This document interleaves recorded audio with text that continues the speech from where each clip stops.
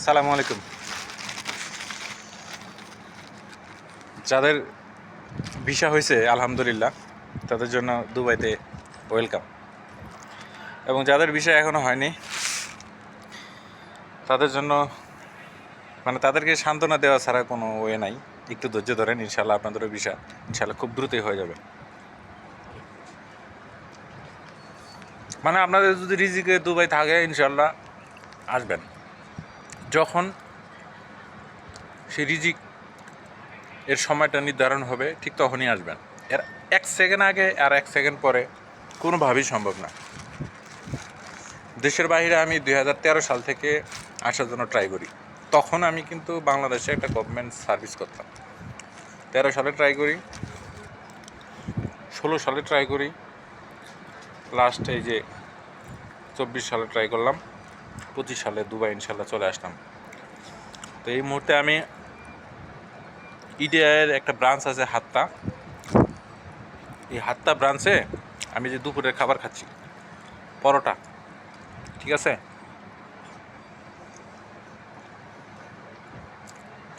আজকের এই ভিডিও করার একটাই উদ্দেশ্য, যারা ইনশাল্লাহ রিসেন্টলি আসবেন বা ভবিষ্যতে আসবেন, যদি ক্যাম্পে এখন পর্যন্ত খানার সুযোগ সুবিধাটা আছে সকালে এবং রাতে,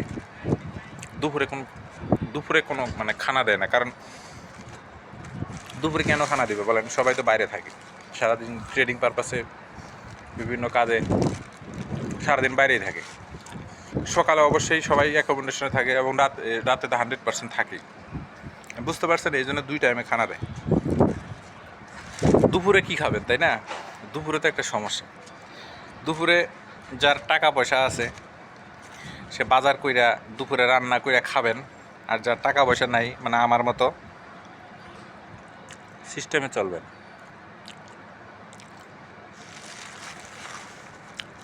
আপনাদের প্রশ্ন আসতে পারে যে সিস্টেমটা কি। আমার সিস্টেম যদি অ্যাপ্লাই করেন তাহলে খাওয়া বাবদ ইনশাল্লাহ 1 টাকা খরচ হবে না।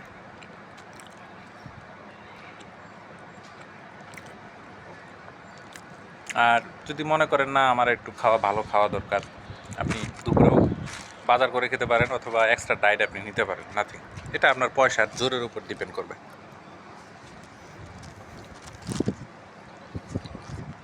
আর যদি মনে করেন না আমার টাকা পয়সা খরচ করার দরকার নেই, আমি সীমিতর মধ্যেই খাওয়ান পার করে দেবো, তাহলে আমার থিঙ্কিং অ্যাপ্লাই করেন।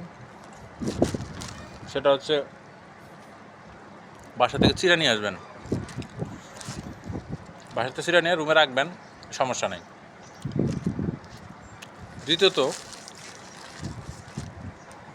সকালে কিন্তু পরোটা হয়, তারপরে লুডুস হয়, 3-4 আইটেমের ফুড হয়, যে কোনো একটা আপনাকে নিতে হবে। আপনি পরোটা নিতে পারেন, পরোটা সকালে খাইলেন, তাই না? পরোটা কি সকালে খাইলেন, আর দুপুরে কী খাবেন? প্রথম দিন দুপুরে একটু কষ্ট করেন, রাতে তো খানা পাবেন। রাতে খানাটা 2 ভাগ করেন, খানা অনেক থাকে, 2 ভাগ করেন, রাতে খান, আর অবশিষ্ট খানা একটু রাখেন, এটা পরের দিন সকালে খাবেন। বুঝতে পারছেন? পরের দিন সকালে খাবেন, এবং এই যে সকালে পরোটা এটা দুপুরে খাবেন। এভাবে যদি মেনটেনেন্স করেন, এটা বাস্তব, খানার কোনো খরচ হবে না। সত্য যেটা, আমি এভাবেই খাই। আমার রুমমেট যারা আছে তারা কিন্তু প্রথম খুব বাজার করতো, এখন দেখে আমার সূত্র অ্যাপ্লাই করে। আমি এই জন্য খুবই আলহামদুলিল্লাহ যে না, আমারও 2-1 অনুসারী আছে। আপনারাও চাইলে এখানে আসার পর এই পথ অবলম্বন করতে পারেন, তাহলে কি আপনার টাকা সেভ হবে, ঠিক আছে। আরেকটা সূত্র আছে, এই সূত্রটা কি বলাটা কেমন হবে, কারণ আমার এই ক্যাম্পে অনেক আমার সহযোদ্ধা আছে যারা আমার ভিডিও দেখে।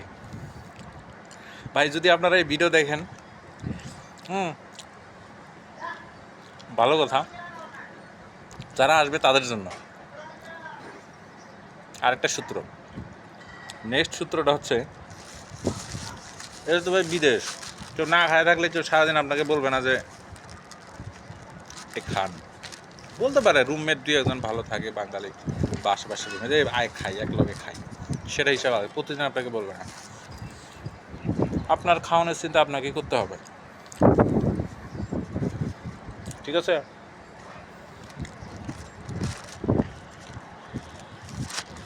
তাহলে নেক্সট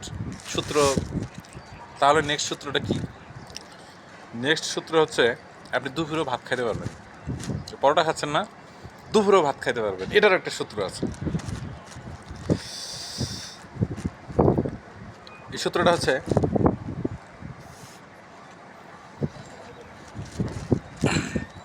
যেখানে খানা দেয় ওইখানে সবার যখন খানা নেওয়া শেষ হয়ে যায়, একবারে শেষ মুহূর্তে কিন্তু অনেক খানা সেভ হয়, মানে অবশিষ্ট থাকে। কথাটা কি বুঝতে পারছেন? 10 জনের খানা যদি আপনি রান্না করেন, অবশ্যই এখানে 12-15 জন খেতে পারবে। বিষয়টা হচ্ছে এরকমই, অনেক লোকের খানা রান্না হয়, তাই শেষ পর্যন্ত অনেক খানা সেভ হয়, ভাত তরকারি অ্যাভেলেবেল থাকে, এগুলো আপনি নিতে পারবেন, দিয়ে দেয়। কথাটা কি বুঝতে পারছেন? নেওয়ার প্রতিযোগিতা শুরু হয়ে যায়, তবে আপনি নিতে পারবেন। এই 2টা সূত্রে অ্যাপ্লাই করতে পারেন, তাহলে আপনার খাওয়ানোর কোনো খরচ হবে না।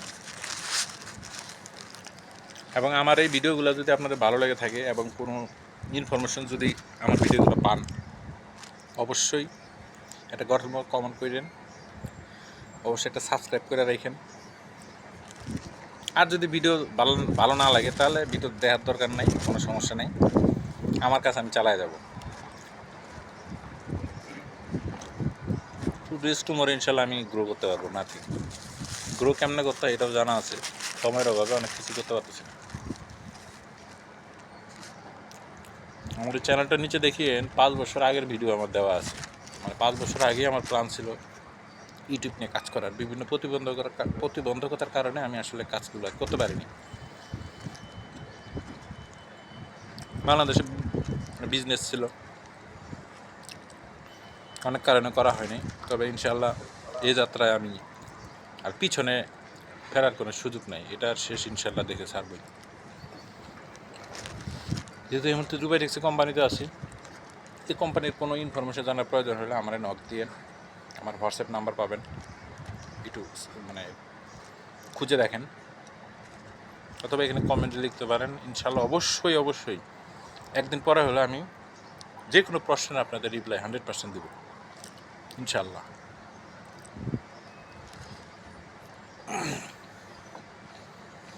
সকলে ভালো থাকেন, সুস্থ থাকেন, এই কামনায় খোদা হাফেজ।